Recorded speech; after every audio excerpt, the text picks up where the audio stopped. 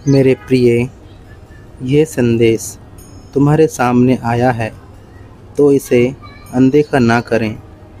मेरे प्रिय, आज मेरा यह दिव्य संदेश मैं उन्हीं को भेज रहा हूँ जो इसे पाने के योग्य हैं।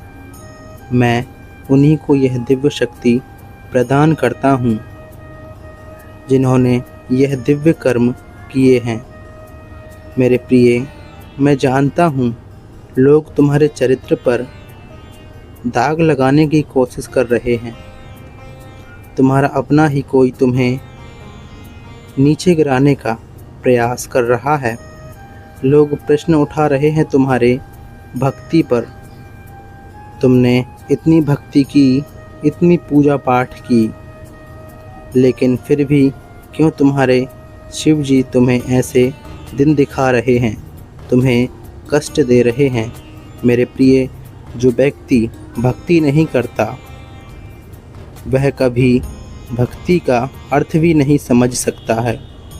वह यह भी नहीं समझ सकता कि हर घटनाक्रम के पीछे ईश्वर का ही कोई योजना होती है। मेरे प्रिय, ईश्वर तुम्हारी अच्छी खासी परीक्षा ले रहे हैं। पहले तो यह चीज़ तुम अंदर ही अंदर महसूस करते थे, लेकिन अब तुम्हारे साथ यह दुनिया भी देख रही है। मेरे प्रिय, तुम्हारी हालत अब किसी से छुपी नहीं है। अब तुम खुलकर सामने आ रहे हो। अपनी सारी दिल की बात हर किसी से कह रहे हो। मेरे प्रिय, यह परीक्षा की घड़ी हमेशा नहीं रहेगी। परीक्षा के बाद उसका परिणाम भी आता है। अब यदि तुम्हारी परीक्षा का समय है तो परिणाम भी बहुत जल्द आने वाला है। ईश्वर परीक्षा तो बहुत लोगों की लेते हैं, लेकिन जो कभी ना हार मानने वाला होता है उसे भला कौन हरा सकता है। मेरे प्रिय, तुमने भले लोगों के प्रश्नों का जवाब नहीं दिया हो, लेकिन तुम अपने कर्मों से एक दिन ज़रूर उन्हें मुंहतोड़ जवाब दोगे। मैं जानता हूँ तुम्हें किसी की परवाह नहीं है, कौन क्या कहता है तुम्हारे पीठ पीछे, इससे तुम्हें कोई फ़र्क नहीं पड़ता। लेकिन तुम यह अवश्य चाहते हो कि तुम्हारे जीवन की स्थिति सुधर जाए। तुम चाहते हो कि हर कोई देखे तुम्हारी भक्ति का परिणाम तुम्हें क्या मिला है, और यह होगा भी तुम्हारे साथ।